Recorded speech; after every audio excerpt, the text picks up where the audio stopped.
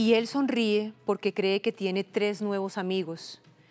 Y afuera oye la voz de Jefferson, que fue quien dijo qué juego iban a jugar, porque para eso lo escogieron como comandante, porque habla más duro y él quiere darle gusto, que le tenga confianza y que le caiga bien a su mamá, porque a su mamá y a su hermana a veces no les gustan los amigos que se consigue. Y vuelven y le dicen que sonría y que ya van a comenzar el juego. Y él entrecierra los ojos porque no sabe qué tan duro van a sonar los disparos de mentira y piensa en cómo se va a dejar caer para ser un muerto convincente. Hola, bienvenidos a este nuevo capítulo de Las Partes de la Lengua. Hoy tengo el gusto de presentarles a un escritor nacido en Manizales. También es profesor de la Universidad de Caldas y es el director de la Feria del Libro de esa ciudad, de la ciudad de Manizales. Es un placer, Octavio, que hayas aceptado esta invitación. Bienvenido. Muchas gracias, Claudia. Muy complacido de estar aquí contigo en Telemedellín. Él es Octavio Escobar y ese fragmento que ustedes acaban de oír corresponde a Cada oscura tumba, que es la novela más reciente publicada por ti. Y ese fragmento que oyeron las personas que están con nosotros conectadas en este momento, pues siento yo, Octavio, que nos da un golpe seco en el estómago y nos deja claro de alguna manera que vas a hablar de algo extraño. Aquí estás hablando de un muchacho que luego vamos a saber que se llama Anderson. Él tiene limitaciones mentales y es engañado por un amigo. Ese amigo lo lleva, lo entrega a 3 hombres del ejército que lo matan y que lo convierten en lo que este país desafortunadamente ha llamado un falso positivo. Los homicidios cometidos bajo esa denominación ocurrieron entre el año 2004 y el año 2008. ¿Por qué decidiste tomar esos hechos para convertirlos en una novela? Mira, Claudia, fue un tema un poco de vergüenza. De un lado vergüenza y de otro lado indignación.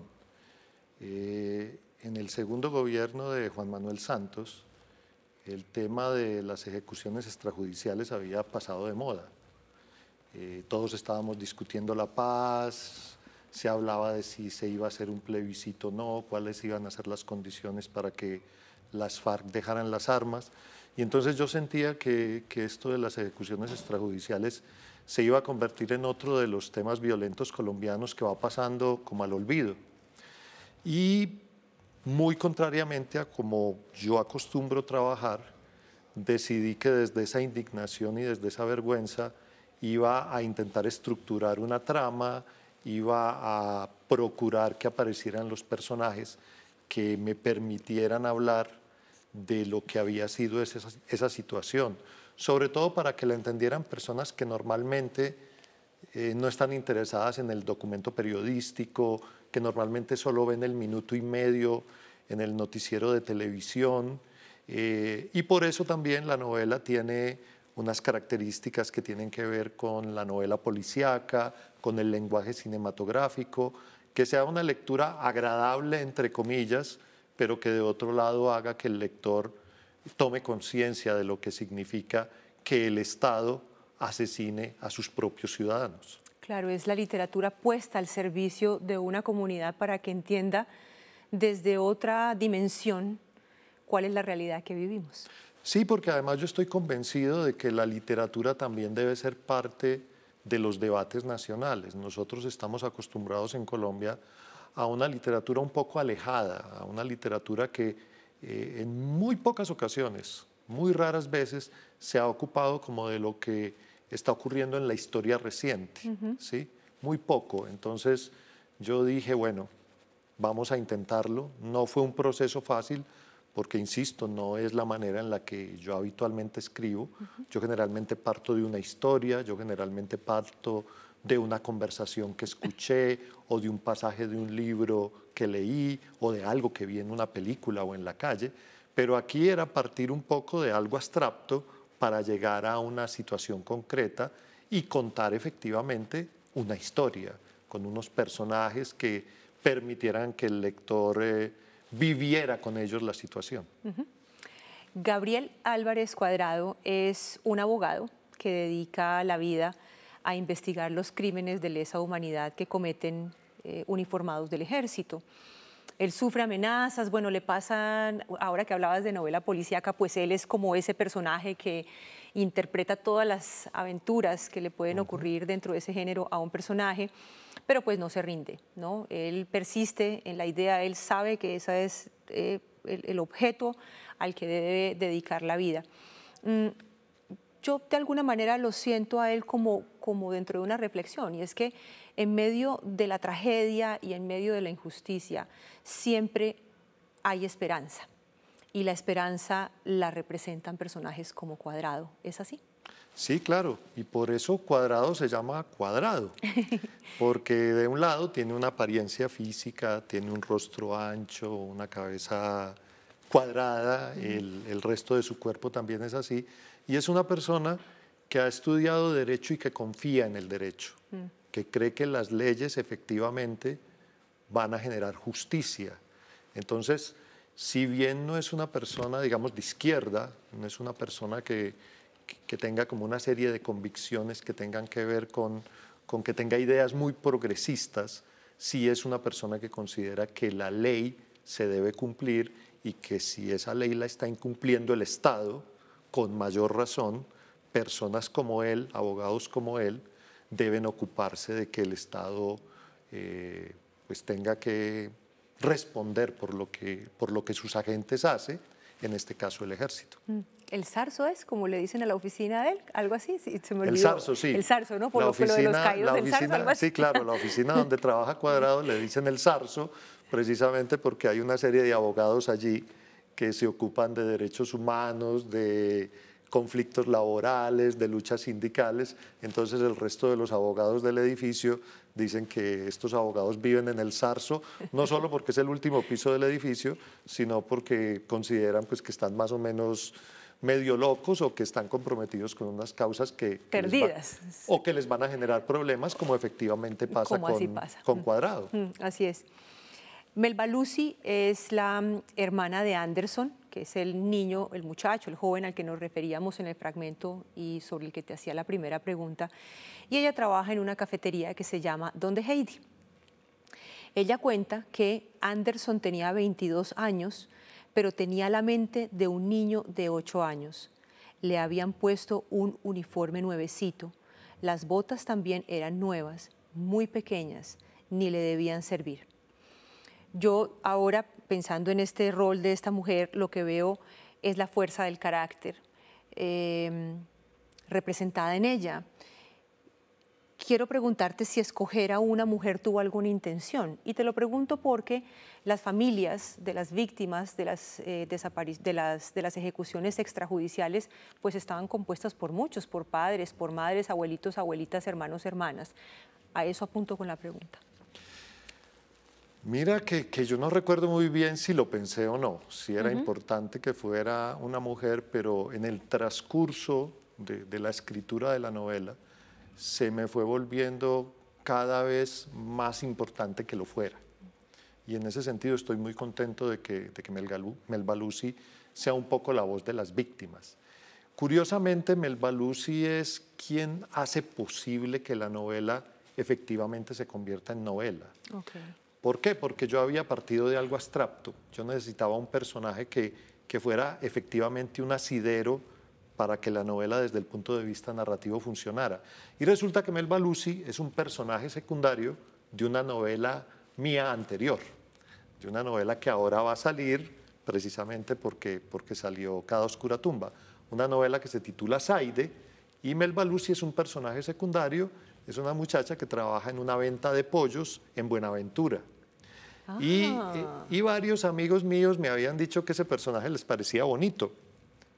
Entonces, cuando yo estoy como en este lío de cómo encaminar la novela, yo digo, bueno, tengo un personaje en el pasado que me puede ser útil, y la verdad es que en la novela hay 2 o 3 personajes adicionales que vienen de obras anteriores mías. Eso sí no lo sabía, me estoy enterando. Muy te bien. lo oculté. Muy bien, sigamos con, voy a leer un fragmento que está por acá. Sí. Voy a leer este fragmento para hacerte la pregunta.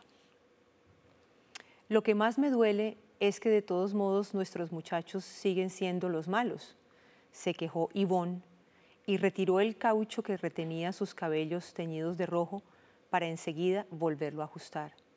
Esto tan horrible que nos pasó no sirve ni siquiera para pedir limosna. ¿Cómo así? Melba Lucy frunció la boca. Sí, amiga, no nos podemos parar en un semáforo con un cartel que diga somos víctimas de un falso positivo. En vez de plata, lo que nos ganamos es una insultada o que el ejército vuelva y nos persiga.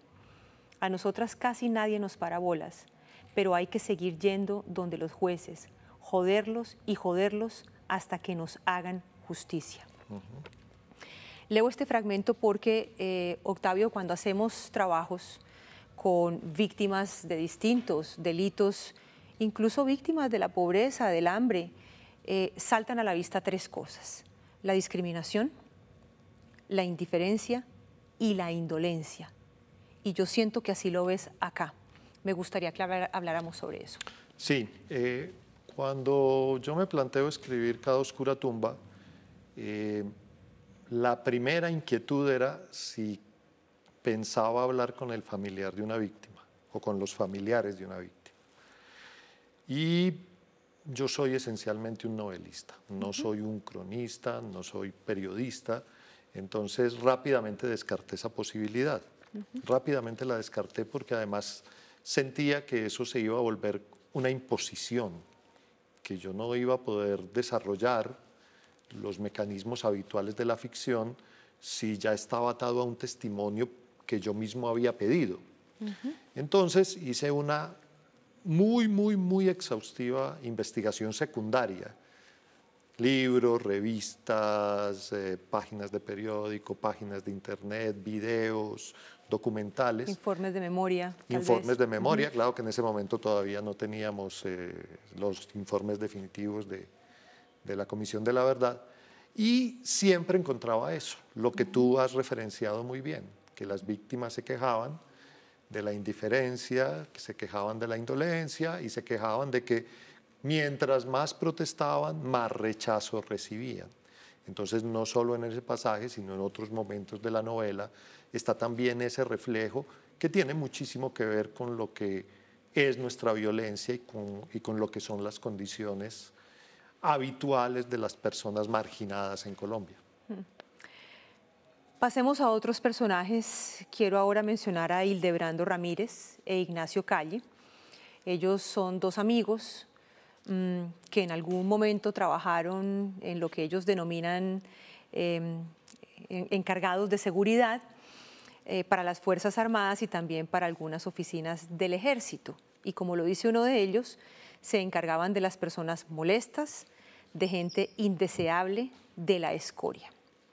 Entonces, pues así como tenemos la representación de la justicia y la honestidad con Cuadrado, como lo mencionábamos hace un ratito, la fuerza con Melba Lucy, pues yo lo que veo es la representación del mal en esos dos tipos.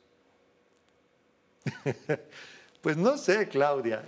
A ver, cuando la novela se va desarrollando, había una decisión casi que ética que yo tenía que tomar, y era si yo le iba a dar la voz al ejecutor de Anderson. ¿Sí? Sí, sí, eso te lo iba a preguntar ahorita, te me estás adelantando, pero no importa, no importa. Muy bien. Está bien. Y yo dije, no le voy a dar la voz a Triple J. ¿Por qué? Porque haciendo toda esta investigación también oí muchos testimonios, muchos relatos, en donde alguien de buena fe y con justicia, porque es lo natural, entrevistaba al victimario y el victimario terminaba mostrando tales debilidades, terminaba mostrando tales heridas que uno casi que decía, no, pues pobrecito. Con razón, yo hubiera hecho lo mismo. Sí, y yo no quería eso. Ajá. Yo quería que la víctima fuera Anderson, que las otras víctimas fueran los miembros de su familia. yo no quería darle la voz a Triple J, pero hay que equilibrar las cosas. Entonces, Hildebrando e Ignacio son otros ejecutores de una violencia anterior, pero que tienen las mismas características y sirven en la novela para contarnos de dónde vienen y por qué son así, sin que yo necesariamente le tenga que dar la posibilidad a Triple J de decir ni mu, que efectivamente en toda la novela no dice ni mu. No hay un solo diálogo que lo represente de alguna manera. Y es que esa iba a ser mi siguiente pregunta, que simplemente aparece el nombre, obviamente tiene que haber alguien que sea responsable del crimen que se ha cometido y efectivamente es él. Pero lo que sí queda claro en la novela es que, o al menos yo lo sentí así, es que el solo hecho de saber que él fue el responsable de ese asesinato, pues ya simplemente queda como chuleado, suficiente para entender la bajeza a la que puede llegar el ser humano y punto. O sea que estábamos como en la misma onda con ese tema. Completamente en la misma onda, sino que Hildebrando e Ignacio realmente sí muestran otro lado. Incluso hay en otro momento de la novela un exmilitar que ahora es taxista, que también cuenta un poco cómo eran las circunstancias de... Y lamentándose de ello. Exacto, y mostrando que él mismo fue víctima indirecta de las ejecuciones extrajudiciales precisamente porque no quiso participar en ellas. Infortunadamente es un hecho en donde hay todo tipo de víctimas y también todo tipo de victimarios. Sí, así es. Y creo que precisamente por eso quería escribir la novela, porque me parece que es una gran tragedia de la historia reciente colombiana. Para terminar el tema de Cada oscura tumba y pasar a otros asuntos que me gustaría preguntarte, se me queda una inquietud y es el de la reflexión sobre la justicia que se hace por mano propia. Ante la impotencia, ante el dolor, la ira que produce que no pase nada, ante esas víctimas discriminadas y que se ven con desprecio, y que demuestran que reclamar justicia y esperar justicia es casi que algo inútil, pues al final lo que hay es la decisión de tomar justicia, de hacer justicia. ¿Qué piensas de eso? Ese era un tema muy importante para mí, porque yo creo que discutir sobre ejecuciones extrajudiciales, como discutir sobre otros muchos temas de la violencia colombiana, necesariamente tiene que confrontar al lector con lo que él haría en esa misma situación. Entonces, hay un momento de la novela en el que Melba Lucy tiene la posibilidad de vengarse y tiene que decidir si lo hace o no. Tiene que decidir si se convierte en otra victimaria o no lo hace. Es uno de los momentos más delicados de la novela. Desde el punto de vista de la escritura era muy complicado, pero también ha sido uno de los momentos más satisfactorios después de que los lectores empezaron a hablar de la novela, porque recuerdo mucho una pareja que me contó que cada uno leyó por su lado la novela y un día estaban desayunando y el desayuno se demoró 3 horas porque se pusieron a discutir qué harían si tuvieran la posibilidad de la venganza. Y es que la posibilidad de la venganza es eternizar el conflicto. Si alguien no perdona, seguimos y seguimos y seguimos. Entonces, creo que aunque no hay testimonios de venganza con respecto a las ejecuciones extrajudiciales, es un número tan grande, 6.402 personas, en el periodo de tiempo que tú ya mencionaste, que me parece realmente complicado que no haya habido por lo menos una persona que lo haya considerado y eventualmente lo haya conseguido. Y creo que, por supuesto, yo lo estoy planteando desde el punto de vista novelístico, lo estoy planteando como ficción, lo estoy planteando como literatura, pero creo que como reflexión para el mundo real vale la pena. Sí, yo lo creo así y creo que también debió ocurrir y nunca lo vamos a saber. No sé. No, muy difícil. Quiero ahora cambiar de tema para hablar de poesía. Y ahí sí se te ilumina la cara de otra manera. Y quiero hablar de Manual de Hipocondría, que es el libro más reciente de poesía, porque ahora estábamos hablando era novela, y este es de otro género totalmente distinto. Este es un libro con el que ganaste el Premio Internacional de Poesía Las Palmas de Gran Canaria. Esto dijo el jurado: incide en una actitud a la vez irónica y trágica de la enfermedad y se vale de ella como vehículo del lenguaje poético. Este jurado que te da el premio votó unánimemente por ti y pues este es solamente un mini fragmento de lo que opinaron en relación con esta obra. Hablemos entonces de la enfermedad y la poesía que creas a partir de ella. Bueno, Claudia, yo no escribo habitualmente poesía y cuando lo hago casi que mis amigos se sonríen como con cierta burla, ¿no? Pero tú te sonreíste con felicidad Sí. cuando te dije que habláramos de Sí, esto. sí. Yo escribí poesía de muchacho, realmente fue lo primero que escribí. Después me dediqué a la narrativa, esencialmente cuento y novela. Y hace unos años, yo soy médico, no lo habíamos mencionado en la entrevista, yo soy médico, pero dejé de ejercer la medicina hace ya casi 20 años. Pero hace unos 5 o 6 años, tal vez más, tuve que empezar a volver a los hospitales, porque las enfermedades empezaron a arruinar la vida de mis padres y finalmente ambos murieron. Y entonces volví en una posición distinta, en una posición muy rara porque de un lado era un acompañante de paciente, pero de otro lado un acompañante que tenía mucha información. Y entonces volví a vivir ese ambiente desde una óptica distinta y me planteé contar algo de lo que había sido mi experiencia médica y algo también de lo que era esa experiencia de estar desde el otro lado. Y intenté hacerlo desde el punto de vista narrativo y no fui capaz. Intenté escribir, empecé una novela, no funcionó. Empecé unos cuentos, no funcionaban. Intenté unos minicuentos, tampoco. Y entonces dije, venga, volvamos a ese primer ejercicio, a ese primer amor que fue la poesía. Y de ahí surgió un libro que se llama Historias Clínicas, que ganó también un premio, que ahora tiene una edición de AFIT. Así es. ¿Sí? Y después, durante la pandemia, vino como esta cosa de que todo el mundo tenía tantas aprensiones, tenía tantos miedos, toda esta cosa del tapabocas, de las máscaras, gente en los supermercados que prácticamente iba disfrazada como con bolsas, como un astronauta exactamente. Y entonces yo dije, bueno, vamos a contar un poco eso, pero vamos a contarlo también desde el punto de vista de la poesía. Cómo son nuestros miedos, cómo manejamos el temor a la muerte y a la enfermedad, que de todos modos sabemos que las tenemos ahí, que no las vamos a poder evitar. Y entonces, poco a poco se fue gestando este libro, Manual de Hipocondría, que como dice un amigo mío argentino, tenía que ganar el concurso solo con el título, porque eso de Manual de Hipocondría es profundamente irónico.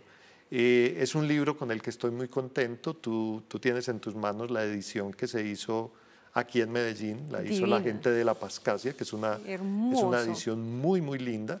Hay una edición española también y digamos que los dos libros apenas en realidad están empezando a circular. Verso Libre. Verso Libre, sí. Es la editorial de La Pascasia. De los locos de La Pascasia. De La Pascasia, de La Pascasia. Vamos a leerle a esta audiencia un par de poemas de aquí, ¿te parece? Sí, claro que sí. Los poemas están numerados, no tienen título, entonces voy a leer el 1 y el 9. Listo, dale. Periódicamente limpio los hongos de las hojas de mis orquídeas, del embés, de los recovecos.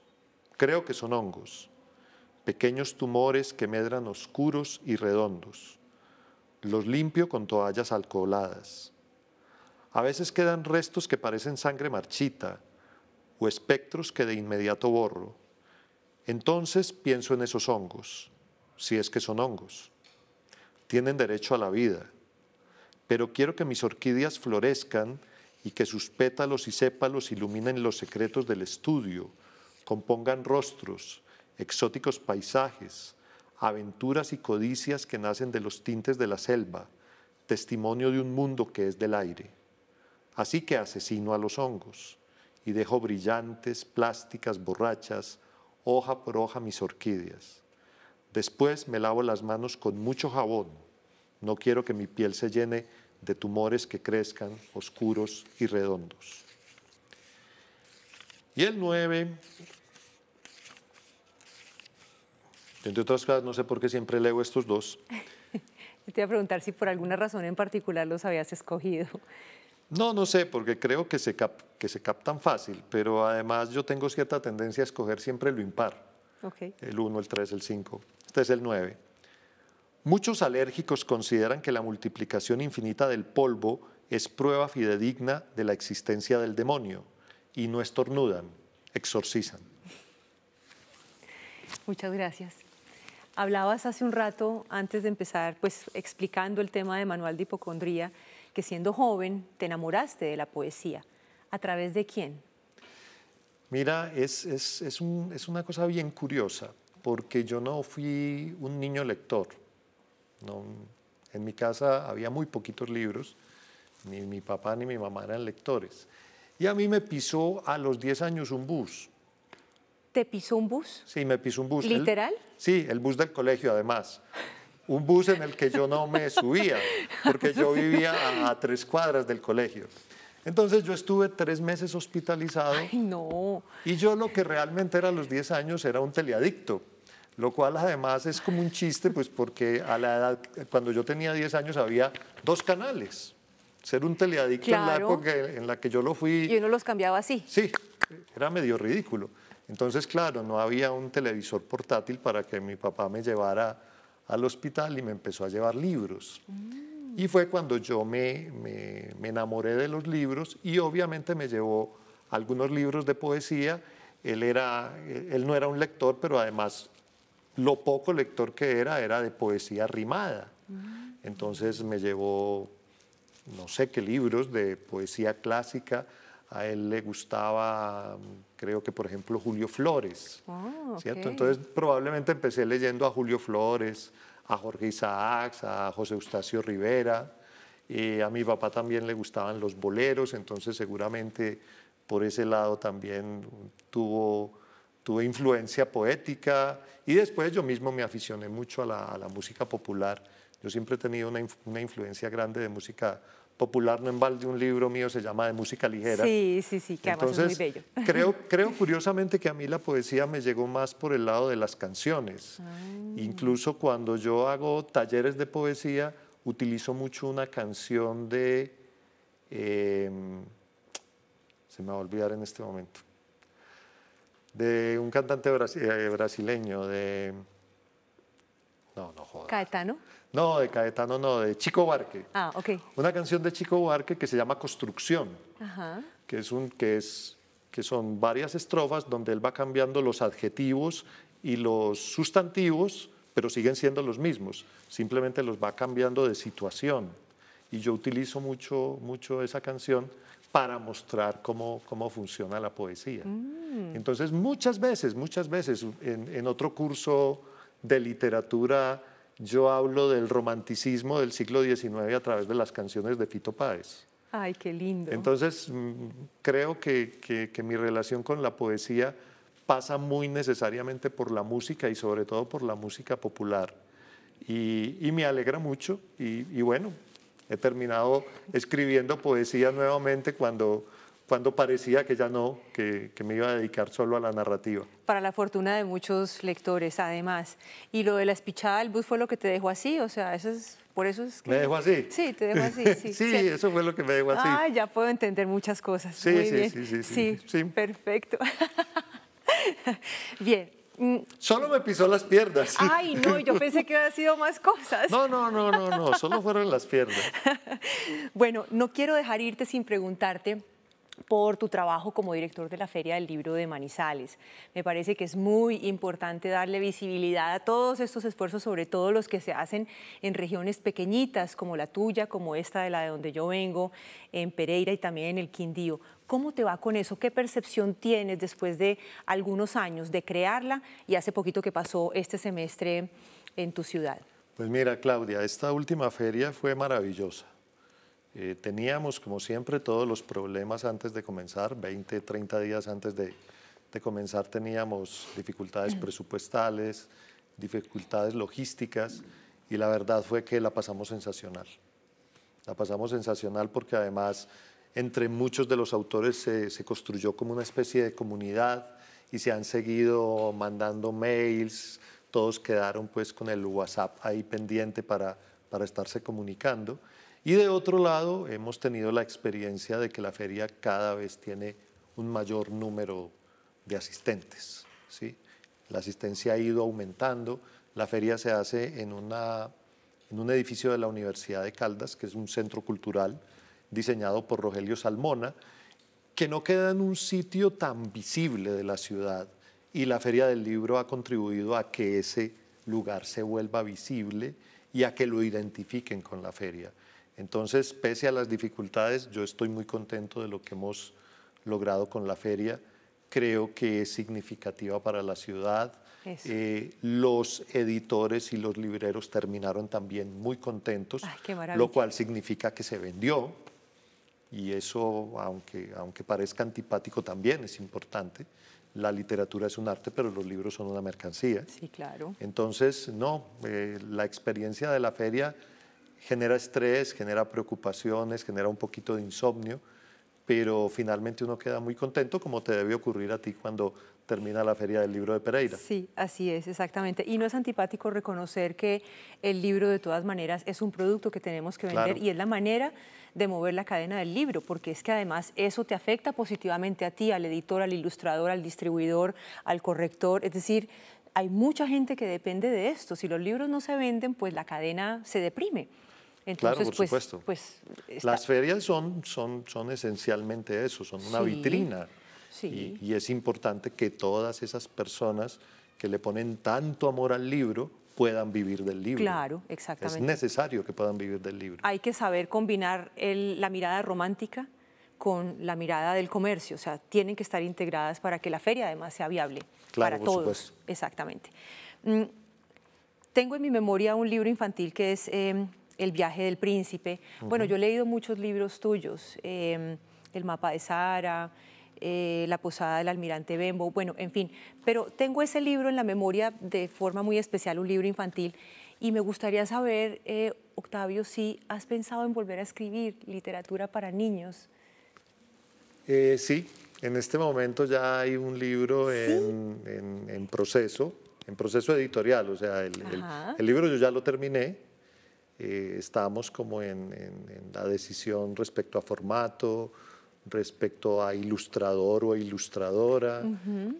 Lo más probable, y espero que ocurra así, es que el libro ya esté listo para la Feria del Libro de Bogotá del próximo año. ¡Ay, qué machera! ¿Y ya tienes con quién? O sea, ¿ya sabes con quién lo publicas? Sí, claro, lo voy a publicar con Planeta también. Excelente. Yo tengo una idea y tú me corriges. ¿No es más difícil escribir para niños? Es muy distinto. Es muy distinto y sí tiene unas dificultades adicionales. Lo obliga a uno a ser muchísimo más atento y lo obliga además a olvidarse de cosas que a un niño no le importan. Cuando uno escribe para adultos, está funcionando con una serie de niveles de posibilidades de comprensión. Un niño no, a un niño hay que contarle lo que uno le quiere contar y lo que él quiere leer. Entonces significa otro tipo de escritura, y eso me lo enseñó una persona a la que los dos queremos muchísimo, que es Irene Vasco, que lo sabe todo sobre literatura infantil. Yo me demoré en entenderlo y gracias a ella finalmente El mapa de Sara, que fue un libro que tú mencionaste, terminó publicado, y creo que gracias a eso también es posible que tenga yo la posibilidad de seguir escribiendo libros para niños. Ah, qué machera saber que eso sí va a seguir siendo algo que vamos a seguir disfrutando los lectores.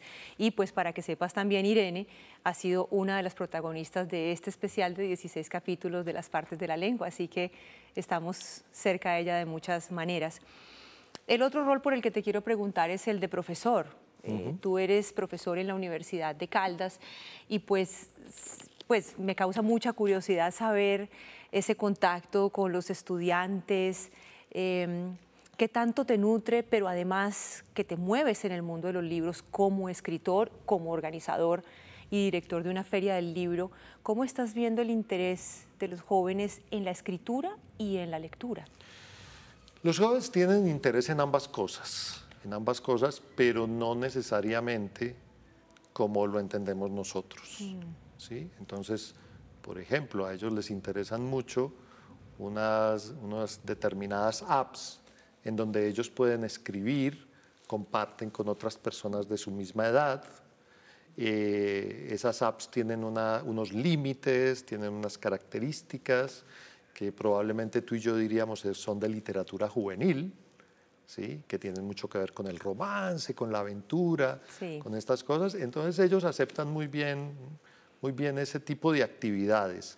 Cuando uno les habla del libro y sobre todo cuando les habla de autores más o menos establecidos, es un poco más complicado. Hay que hacerles la lucha, pero si uno los va metiendo con cariño, con un poquito de astucia también, ellos finalmente se pueden enamorar de los libros, se pueden enamorar de esos libros que para ti, para mí son habituales, pero para ellos no. Por ejemplo, Cien años de soledad. Sí, claro. Yo leo con algunos de mis alumnos Cien años de soledad y hay unos que se demoran como en aceptar ese mundo de Gabriel García Márquez, entre otras cosas porque Cien años de soledad tiene unos temas que a ellos en este momento les generan muchísimo conflicto, ¿no? El incesto, la endogamia, la pedofilia. Entonces, tiene uno que entrar a explicar cómo era la vida en el siglo XIX, cómo una cosa es la realidad y otra cosa es la ficción, cómo hay que aprender a diferenciar, entender entre lo verosímil y lo verdadero, todas esas cosas, pero es un proceso en el que ellos son receptivos y finalmente uno sabe que algunos se van a convertir en lectores. Yo no pretendo que todo el mundo lea. Es imposible. Yo tengo amigos que son personas inteligentes, maravillosas, éticas, todas las virtudes que tú quieras y no cogen un libro ni por equivocación, pero Igual. por nada del mundo. Entonces yo con que 6, 8 muchachos de un grupo de 30 o 40 terminen cogiéndole aprecio a la lectura, quedo contento. ¿Y la escritura? La escritura es más complicada. Como te digo, ellos lo hacen mucho en estas apps, en estas apps que son precisamente para que los muchachos escriban. ¿Qué pase después? Yo no sé. Hace 15, 20 días estuve en la Feria del Libro de Cúcuta y estuve conversando con una chica de Cali, en este momento no recuerdo el nombre, que tiene como 23, 24 años y empezó escribiendo en una de estas apps y en este momento ya tiene 2, 3 libros publicados y cuando llegó a la feria había 100, 150 muchachos esperándola. O sea que por supuesto escriben y tienen lectores. Tienen lectores, además lectores bien fervientes. Sí, sí, he sido también testigo de eso. Octavio, ha sido un placer tenerte en Las Partes de la Lengua. El placer fue mío, Claudia. Muchas gracias por la invitación. Bueno, espero que nos volvamos a encontrar en uno de estos escenarios para hablar de libros. A ustedes les dejo acá, pues abierta la inquietud, la curiosidad para que busquen los libros de Octavio Escobar, la novela, el cuento, la poesía, de cualquier forma, con cualquier género, nos nutrimos. Los libros finalmente nos acercan, nos sirven para eso. Nos vemos en un próximo capítulo. Muchas gracias por habernos acompañado.